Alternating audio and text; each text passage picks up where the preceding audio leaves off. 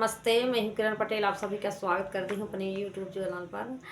आज मैं एक नाच गीत लेके आई हूं, आप लोग कमेंट में बताना कैसे लगा। अंगने मागे दावा शिकार खेलाई नाना दी, शिकार खेलाई नाना दी।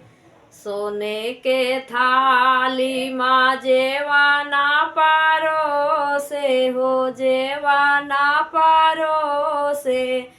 जेवना ना जेवैया चार मांगाई नाना दिया, चार मांगाई नाना दी। अंगने मागे दावा शिकार खेलाई नाना दी, अंगने मागे दावा शिकार खेलाई नाना दी।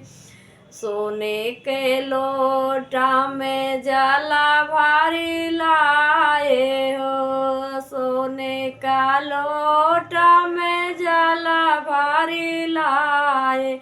जलवाना घूटाई गिलास मांगाई नाना दी, गिलास मांगाई नाना दी।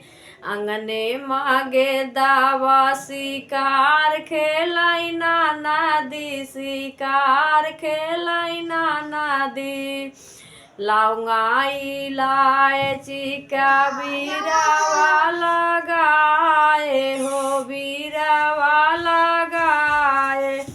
बीरवा ना कूचाई पुकार मांगाई नाना दी, पुकार मांगाई नाना दी।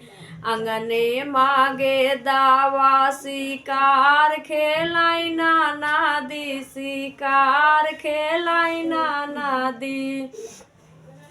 फुलवा ही चुनी चुनी से जा लगाए हो, फुलवा ही चुनी चुनी से जा लगाए हो। से जिया ना सूताई भातार मांगाई नाना दी, भातार मांगाई नाना दी।